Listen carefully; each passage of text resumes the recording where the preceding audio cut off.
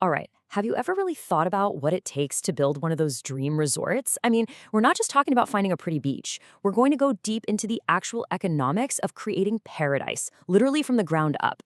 And we're going to use a fascinating case study, Tanjung Lesung in Indonesia, to unpack this powerful and, often invisible force that dictates every single decision, scarcity. So let's dive in. Of course you have. We all have that fantasy, right? The pristine sand, the crystal clear water, perfect service. It all feels so simple, so effortless. But here's the thing. That feeling, that's the product. And just like any product, it has to be manufactured, and it's built against the backdrop of some really intense constraints and tough choices. Because behind that gorgeous fantasy is an incredibly complex economic puzzle. Building paradise isn't just about architecture and interior design. It's a constant strategic battle against some pretty fundamental limitations. So today, we're going to explore exactly what those limitations are, and more importantly, what they mean for any business that's trying to build something new from scratch. Here's how we'll break it down. First, we'll look at why Tanjung Lesung is the perfect living lab for this whole analysis. Then, we'll dig into the two major kinds of scarcity, the limits that nature sets and the hurdles that come with development itself.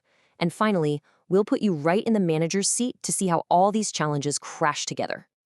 So why this place? What makes Tanjung Lesung so special for our study? Well, because it's a developing special economic zone, it basically acts like a magnifying glass. It makes all the problems that are usually hidden or just sort of managed in more established places, well, here, they're impossible to ignore. The source material uses this great term, a microcosm of development scarcity. And that's exactly what it is. Think about it like studying a single cell to understand a whole organism. The problems in Tanjung Lesung are so concentrated and so clear, it lets us see these powerful market forces in their rawest form. It's a perfect scenario for us to analyze. Just contrast it with a place like Bali for a second. Bali is a mature, established destination. It absolutely still faces scarcity, but those issues are managed through decades of infrastructure, solid supply chains, and zoning laws. In Tanjung Lesung, the challenges are raw. They're right there on the surface, totally visible for everyone to see. Okay, so let's start with the most fundamental type of scarcity. These are the unchangeable limits that the environment itself puts on any kind of development. This is basically the hand you're dealt before you even start to play the game. The classic real estate mantra, location, location, location. And in a resort area, there is absolutely nothing more valuable than land that is right on the water. From an economic perspective, beachfront land is what we call a perfectly inelastic asset. I mean, think about it. They're not making any more of it. The supply is completely fixed, which means its price is driven entirely by demand. And this table just illustrates the economic impact perfectly. A resort with that prime sunset view, direct beach access, it's in a completely different universe than one just 500 meters back. That tiny distance represents a massive drop in the value a guest gets, and because of that, a massive drop in what they're willing to pay. This intense scarcity of prime land creates this fierce competition for those very few coveted spots. But it's not just land that's scarce.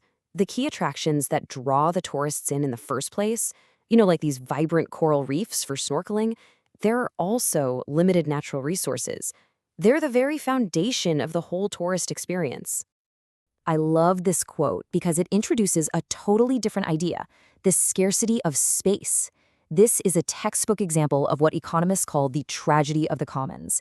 Each hotel manager, acting perfectly rationally for their own business, sends their guests to the one best reef. But the collective result of all those individual decisions is just overcrowding. It ruins the very thing people came to see, that serene, natural beauty. Suddenly, you're not exploring a pristine reef. You're just stuck in tourist traffic out on the water. Okay, so we've got the limits set by nature, but honestly, an even bigger set of challenges comes from the simple fact that this is a developing region. These are the man-made scarcities, the ones related to the level of economic development itself. This one is huge. You can build the most beautiful hotel in the entire world, but if you don't have a skilled team to run it, it's really just an empty building. In a developing province like Banten, finding a trained, experienced hospitality workforce, what we call human capital, is a massive challenge. Let's make this super real. Imagine you're the general manager. Your brand new luxury resort opens next month.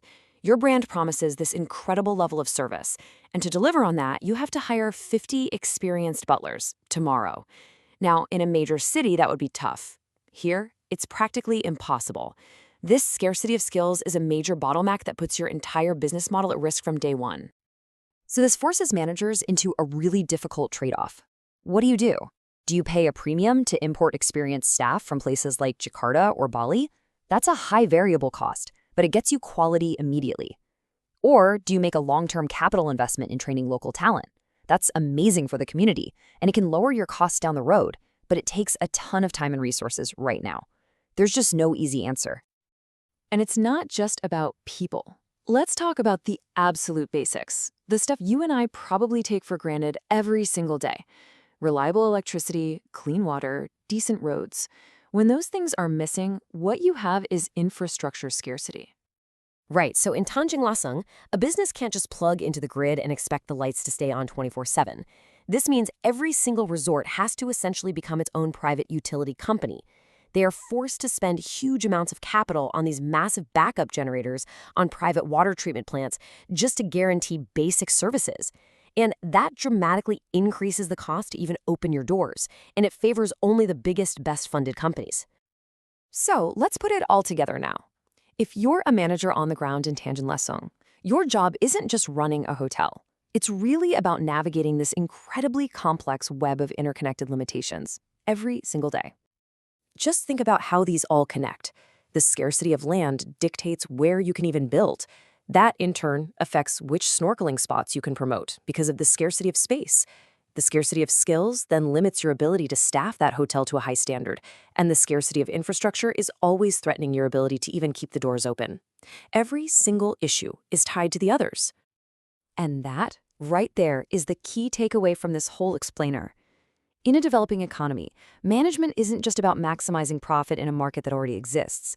It's about creatively and strategically negotiating with scarcity at every single turn. It is the central challenge that defines whether a business will succeed or fail. Which really leaves us with one final question to think about. When we see a beautiful new resort on some untouched coast, we see paradise. But now, hopefully, we know to look a little deeper. We know to ask about the unseen costs, the trade-offs that were made with the community, the strain on the natural resources, and the immense investment it took just to overcome the fundamental challenge of scarcity. Thanks for joining us for this explainer.